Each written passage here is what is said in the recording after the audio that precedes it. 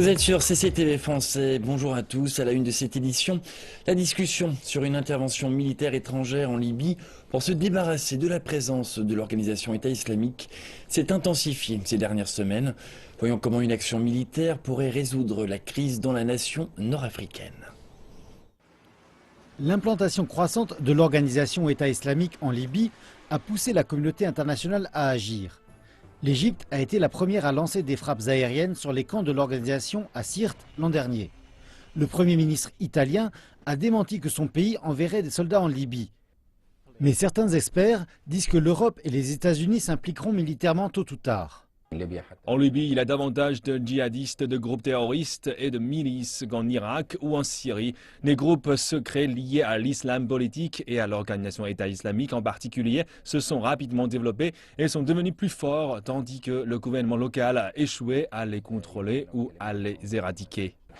Les voisins de la Libye sont directement affectés par la radicalisation dans l'État nord-africain.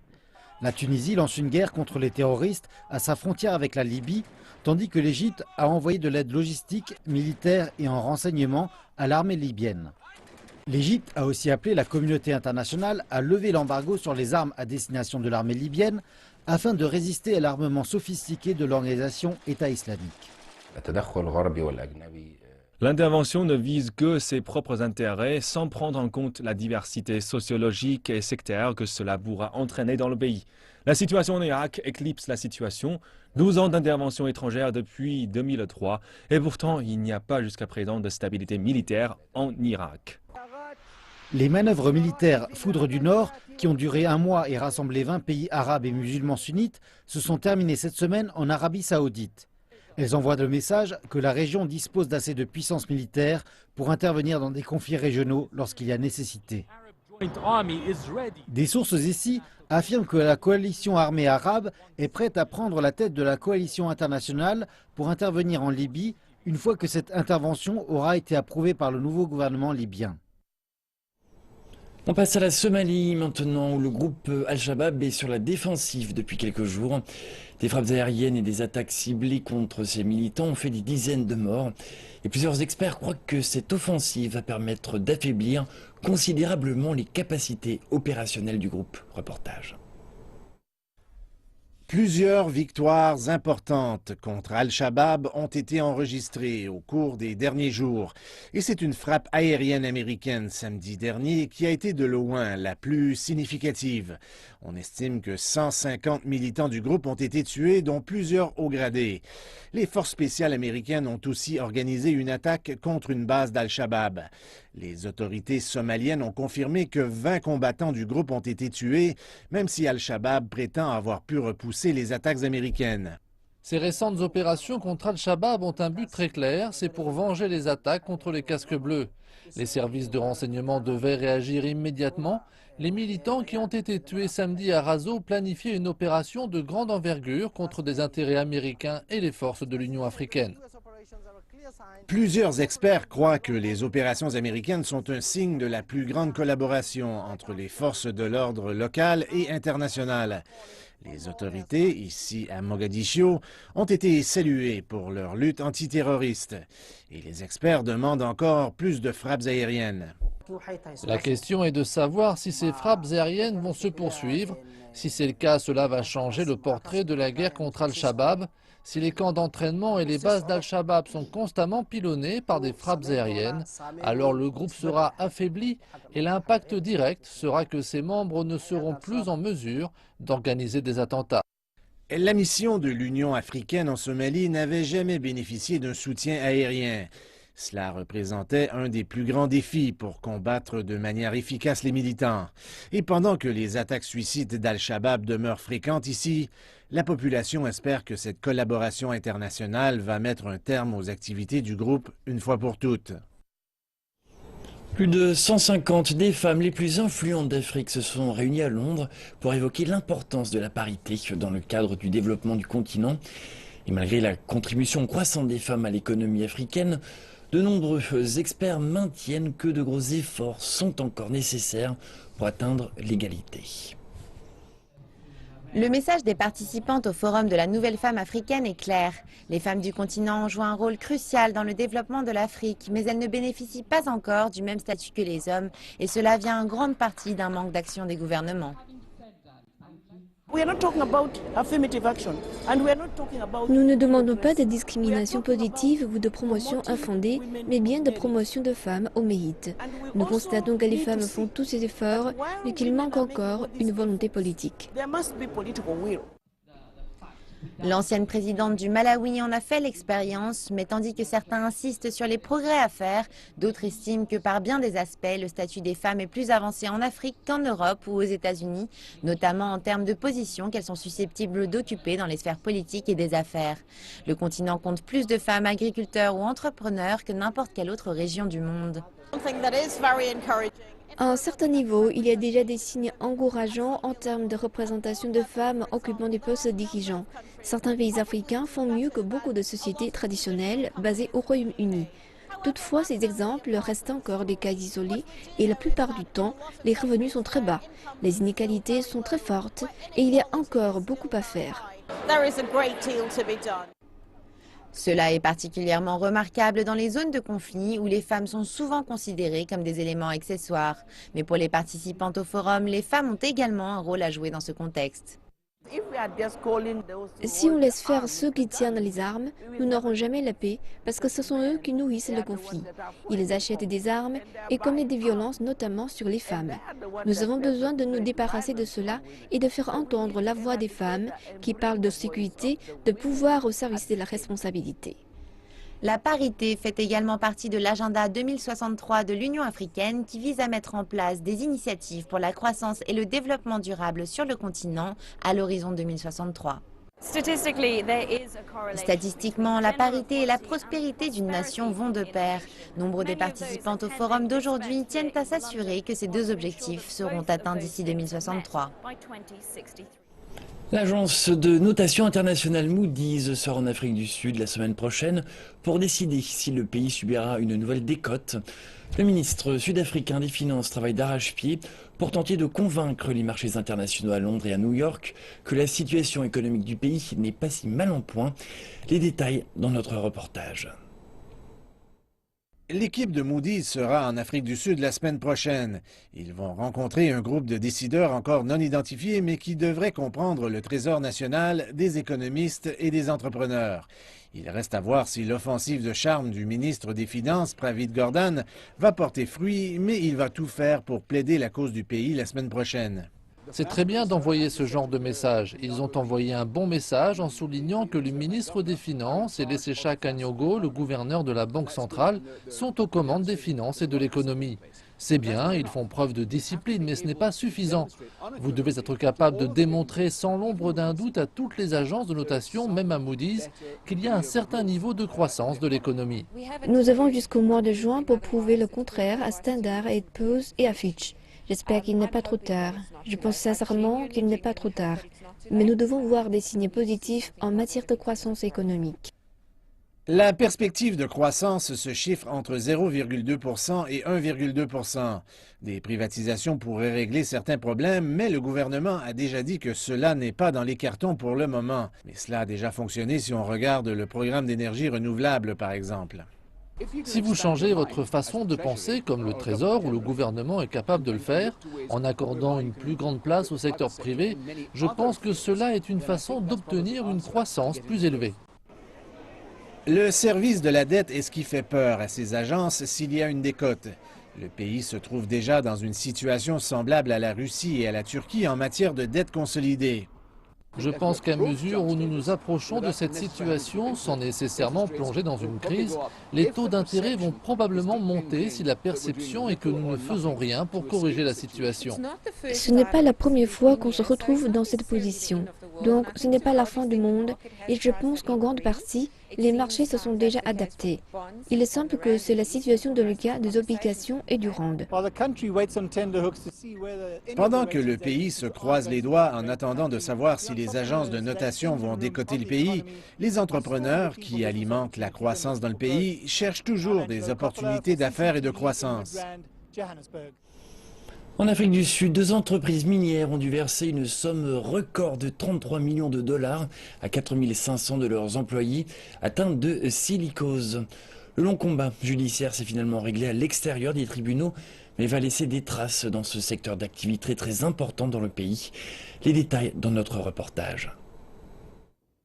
La somme de 33 millions de dollars sera placée dans un fonds consolidé et redistribuée selon les dispositions prévues par la loi sur les maladies professionnelles des mines.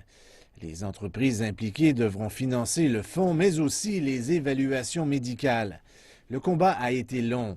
Le syndicat national des mineurs a mis près de 10 ans avant d'avoir gain de cause face aux géants Anglo American et Anglo Gold Ashanti. C'est une grande victoire dans un contexte où nous avons pu définir les bases de notre bataille. C'est la première chose. Chaque personne qui veut puiser dans le fonds consolidé devra suivre les règles. Deuxièmement, c'est important pour toutes les entreprises de comprendre que si vous allez devant les tribunaux ou non, vous serez tenu responsable. C'est la réalité.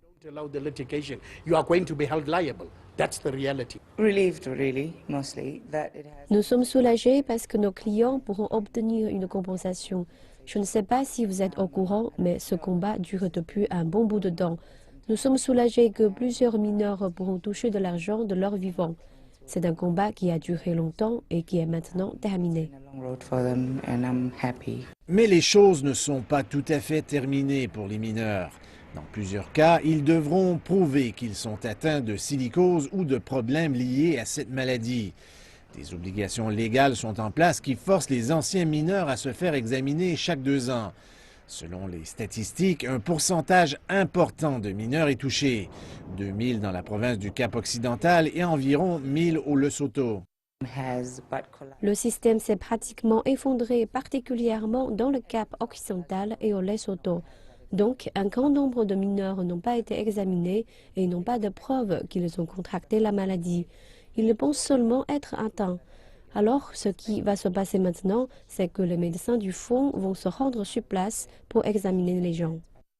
Un autre recours collectif a été déposé au nom de plusieurs milliers de mineurs et cette victoire laisse croire que les entreprises minières seront prêtes à conclure une entente.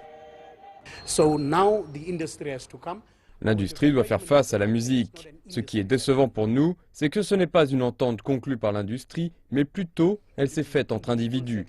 Mais je pense qu'il y a encore une possibilité que ce soit l'industrie qui soit tenue responsable.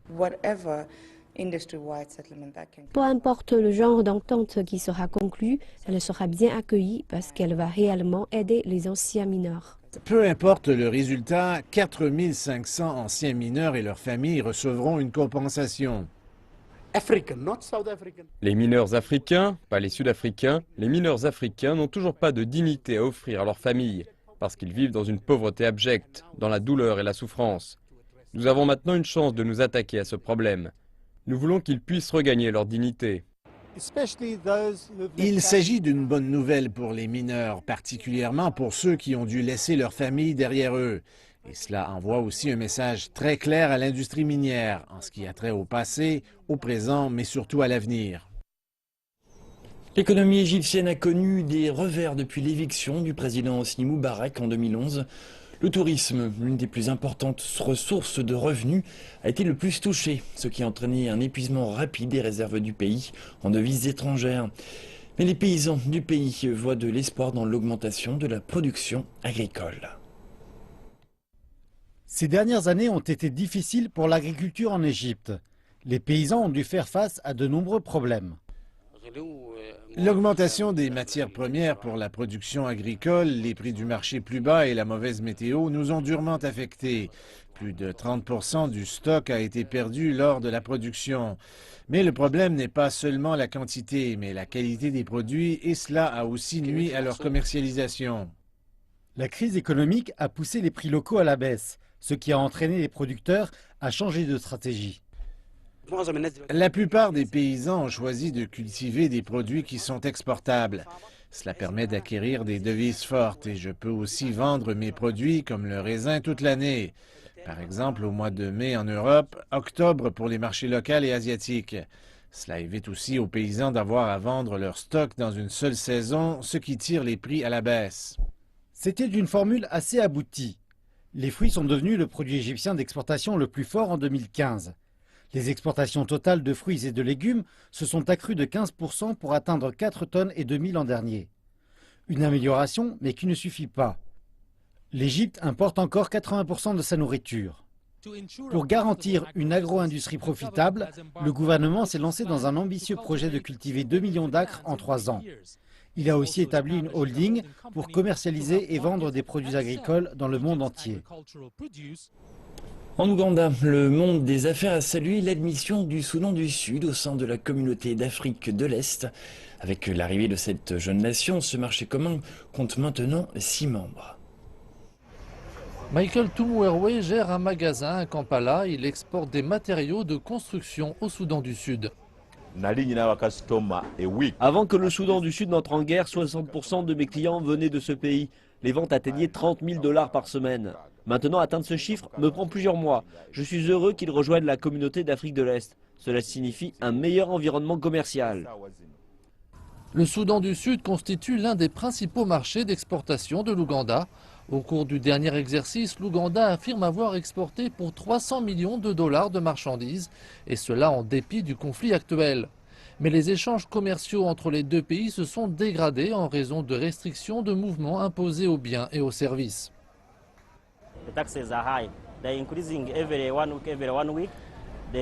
Les taxes sont élevées, elles augmentent chaque semaine. Ils disent que le problème vient du dollar. Lorsque le dollar augmente, ils augmentent aussi. Le deuxième défi réside dans la vétusté des routes du Soudan du Sud. Quant au troisième obstacle, ce sont les barrages routiers. On en trouve un tous les 5 kilomètres. Et il faut payer à chacun de ces barrages. Chaque jour, une centaine de camions quittent cet endroit situé dans le centre-ville de Kampala. Tous se dirigent vers Juba, la capitale sud-soudanaise.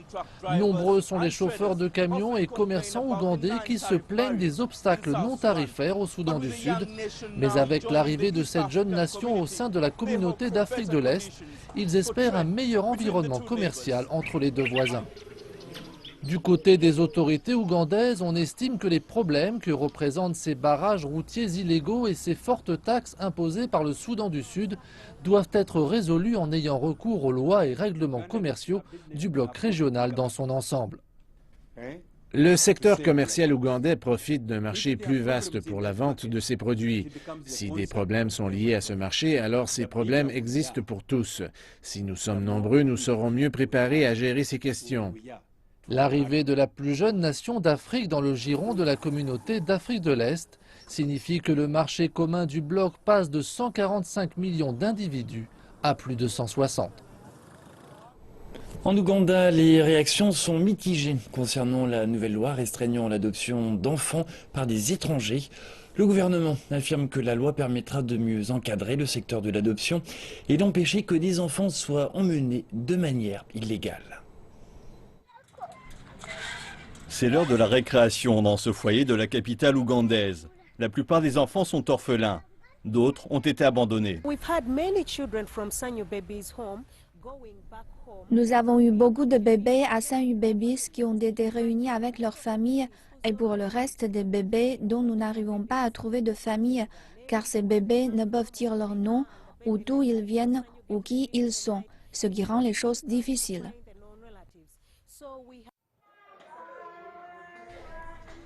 Prendre soin des enfants sans abri est un véritable défi en Ouganda. Des étrangers ont adopté des bébés, mais les autorités craignent que tout ne soit pas fait dans les règles et ont adopté une nouvelle loi qui restreint l'adoption par les étrangers. Les réactions à cette loi sont mitigées. Les militants de la société civile estiment qu'elle va empirer les choses. And the culture of taking care of children in Uganda is very low. Et en Ouganda, la culture de l'accueil des enfants n'est pas dans les mœurs. Les gens prennent soin des enfants qui leur sont liés par le sang. Et même ces gens-là, ils n'en prennent pas vraiment soin et finissent par les chasser. Si vous regardez les statistiques, 1% d'entre eux seulement s'en occupent jusqu'au bout. Mais d'autres militants ne sont pas de cet avis.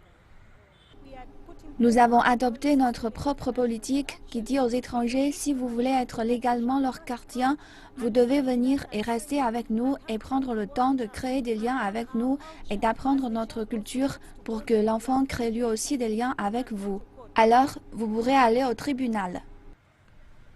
On ne sait pas combien d'enfants ont été sortis du pays de manière illégale, mais le gouvernement estime que cette loi est nécessaire pour lutter contre le trafic d'enfants. Le guépard est l'animal le plus rapide sur Terre. Il peut atteindre la vitesse de 110 km/h. Hélas, il est aujourd'hui en voie de disparition. Laurie Marker, une femme courageuse de 62 ans, vivant en Namibie depuis 1991, a consacré toute sa vie à la sauvegarde de l'espèce. Reportage. Zinzi n'est jamais contente de recevoir des visiteurs humains, même quand ces derniers tentent de la pâter avec de généreux morceaux de viande. Elle a été secourue toute petite, alors qu'elle était encore orpheline. Mais lorsqu'elle a été relâchée dans la nature il y a maintenant 5 ans, elle s'est contre toute attente très rapidement réhabituée à son environnement originel. Contrairement aux autres félins, les guépards luttent pour survivre à l'intérieur des parcs et des réserves, loin du milieu naturel sauvage qui leur est devenu hostile. Dans les parcs protégés, en général, le nombre des grands prédateurs est élevé. Et ces prédateurs présentent un risque pour le guépard. Pour les petits, ils peuvent tuer les petits, ils peuvent voler la nourriture du guépard, donc ils perdent la nourriture et ils peuvent perdre leur vie aussi. Moins de 12 000 guépards tentent de survivre dans le monde aujourd'hui. On les retrouve principalement en Afrique, où l'on en recensait près de 100 000 il y a plus d'un siècle. Les braconniers avaient pour habitude de voler leurs petits pour les revendre en tant qu'animaux exotiques, alors que les fermiers les tuaient pour protéger leur bétail. L'américaine Laurie Marker a consacré sa vie entière à la protection de cet animal. Lors de son arrivée en Namibie dans les années 80, elle a reçu un accueil glacial de la part des fermiers du pays.